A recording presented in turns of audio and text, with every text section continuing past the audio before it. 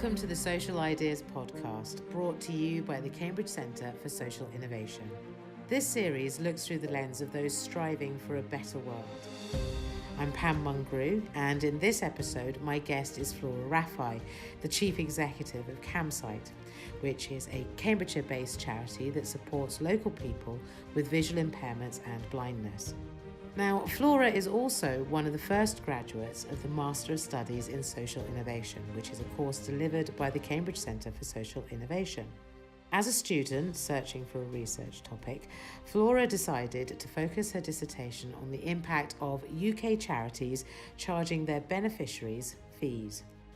Although the practice can bring in much needed funds and pay overheads, many working in the third sector consider it controversial. I asked Flora to explain what it means both for the charities and for the end users. It's an interesting question, and that's a lot of what the debate is around. I think from the one hand, yes, it does detract from the pure charitable organisation that's run by volunteers and is very organically grown and serves as many people as it can.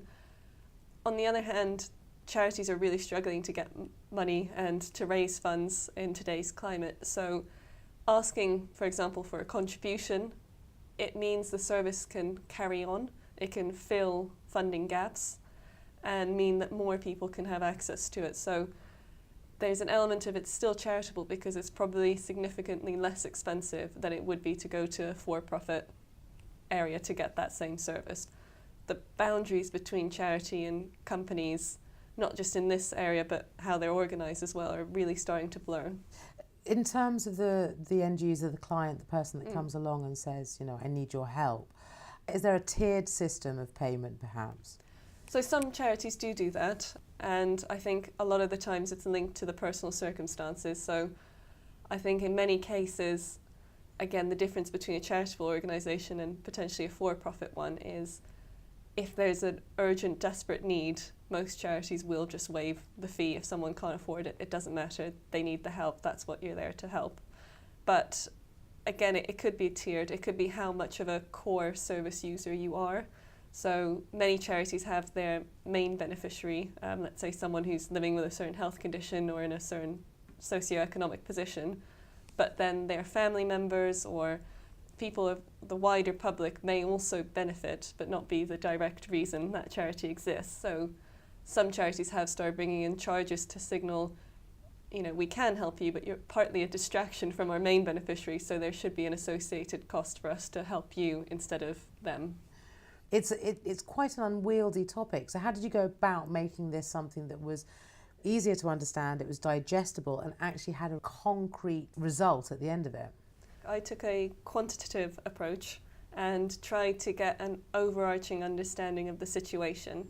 Hopefully others will take this research forward, and mine would serve as sort of a launch pad or a springboard for those more in-depth questions.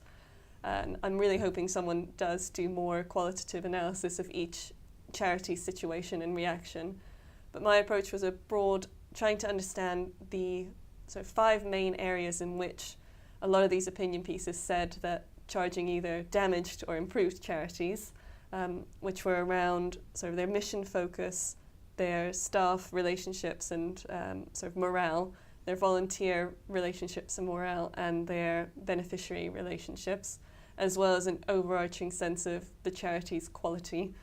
And what I did was I created markers for each of those categories, and through a combination of analysing the public annual accounts of charities, which have a very lengthy trustee report associated with them, and doing direct survey with different CEOs and senior managers of charities around the country, tried to pull that together and create this broad answer to the question. I don't think by any means it's answered, and I completely agree. It's a very broad question. I hope more research is done into it. For your own purposes, as a researcher, as a student, what kind of answer do you feel that you got from it? That actually this is good, or that it's not good? It was the exact opposite of the answer I was hoping to get. So I really wanted it to definitively, be either a good thing or a bad thing. And when I was doing my analysis of the data, and it just kept coming back, no statistical significance of any of the markers. I was just sitting there going, how is this possible? What does that mean? So the way I did the research is I was comparing charities that did charge and the charities that didn't charge, and tried to show that there was some difference between them, and through that answer the question of, is this a good or bad thing to do? So if all the non-charging charities were getting amazing scores on all of my markers and the charging ones were getting bad, and then clearly this is not a good thing to do, and vice versa, you know, charging might be a wonderful thing to do. But what I was finding was there was no statistical difference between those two categories. So in any of the things, and I don't know how many hundreds of tests, quantitative tests I did, nothing came back statistically significant. They were identical in all the ways I tried to control and test them. And it was a very frustrating thing because it felt like a non-result.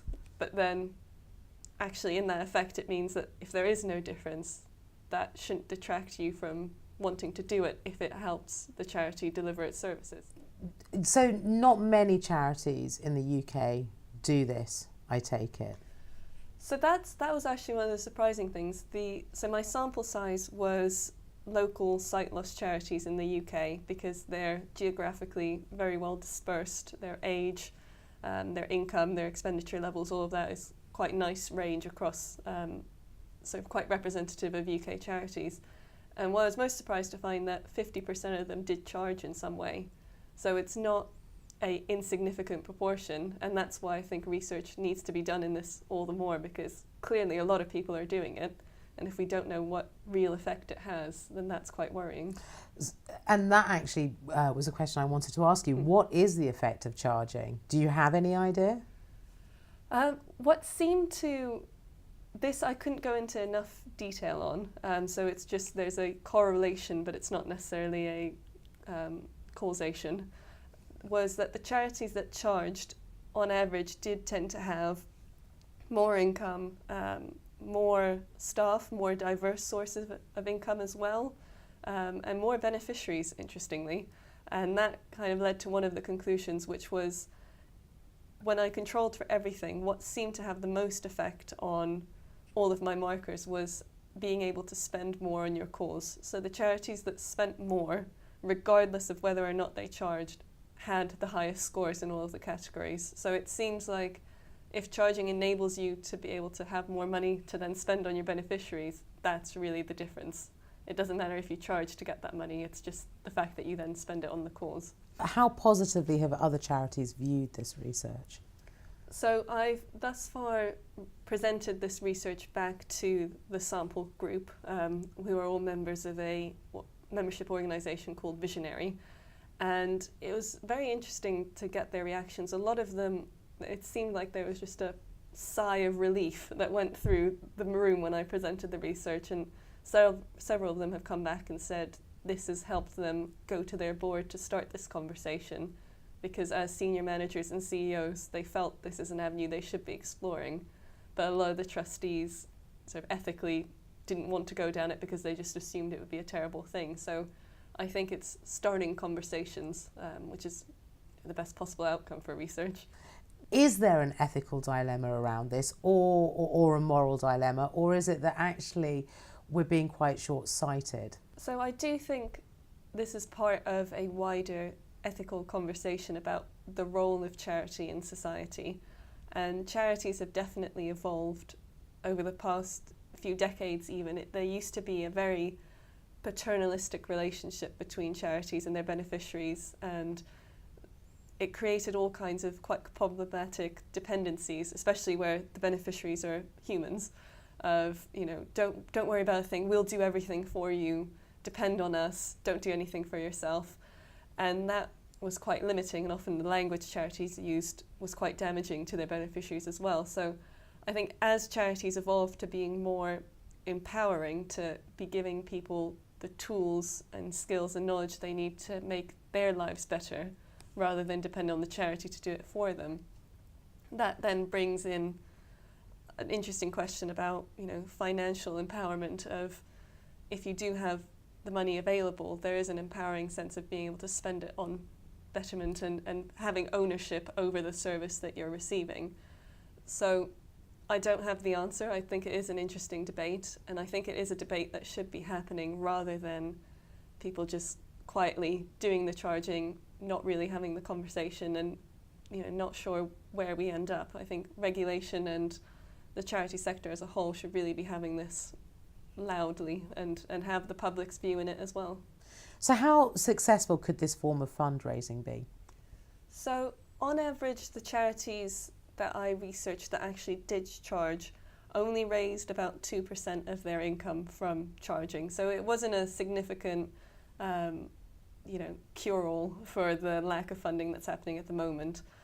So in monetary terms, that 2% was about 16,000. So it's not insignificant, but that can't be the only source of income for the charity. I would like to talk to you, Flora, about what it was like to be a CEO of a charity and a part-time student on, although it's a part-time course, it is a pretty intense course, isn't it? Yes, it was definitely a challenge. I think I was fortunate to have spoken to some other people who had done other part-time courses before, who really stress that your self-discipline is the most important thing, and that's the only way you're going to get through. So you need to find your rhythm and stick to it. So what I did personally was every evening, it didn't matter what day of the week it was, after work, Christmas Day, every day I did 1 hour of reading or writing or preparing for the Masters. And that actually was quite manageable to get through that way, but it had to be that absolute discipline of it didn't matter what everyone else was doing, had to lock myself away and do it for an hour at least every day. And how has it motivated you to move forward as an individual, as a career woman? So the Master's been very useful already in just giving me the confidence and knowledge to know how to be a good CEO and effectively run my organisation. There's been so much that we've covered around, building teams and leading and generating new ideas that already I've been able to put into practice. And also it's been a real reassurance that things that I'm already doing, that because I became a CEO quite early in life, I wasn't 100% sure that this was the best possible way to do it. It's been great feedback to know that actually this is what I'm doing well, these are the things that I could improve. Looking forward, I think partly just that discipline that I had to develop of studying every evening, it's now made me realise how much time I actually have without the Masters. And now I'm taking on different challenges. So since we finished, I've learned to drive. My partner and I are partway through sort of exploring setting up our own sort of business in our spare time. I'm reading a lot more, so it's just given me a lot more appreciation of the time I have and what I can achieve next to full-time work as well. But looking forward, I don't know where it could go. I think it's just the wonderful network that we've established and built with the fellow cohorts and within the cohort itself. So I think opportunities are boundless with this Masters. I'm very interested, what got you into wanting to work in charities in the first place? It's probably how I was raised, of always giving back to community. And while I was born in sort of just post-communist Hungary and had parents that emigrated over, and the exchange rate was not favourable, so we were definitely struggling the first few years of life. But having so much support and building that and realising what a fortunate life I had to be able to have gone to where we did and how much effort my parents put in, that was always a motivation for me to try and give back to those people who didn't have as fortunate starts to life. And then the schools I went to also very heavily encouraged community support and volunteering, and it just, whenever I thought about what I wanted to do, it was always helping people, and the charity sector was the way I decided to go with it. That was Flora Raffai, who is the Chief Executive of Campsite. You can find out more about us by searching for the Cambridge Centre for Social Innovation. You can also follow us on Facebook, Twitter, YouTube and LinkedIn.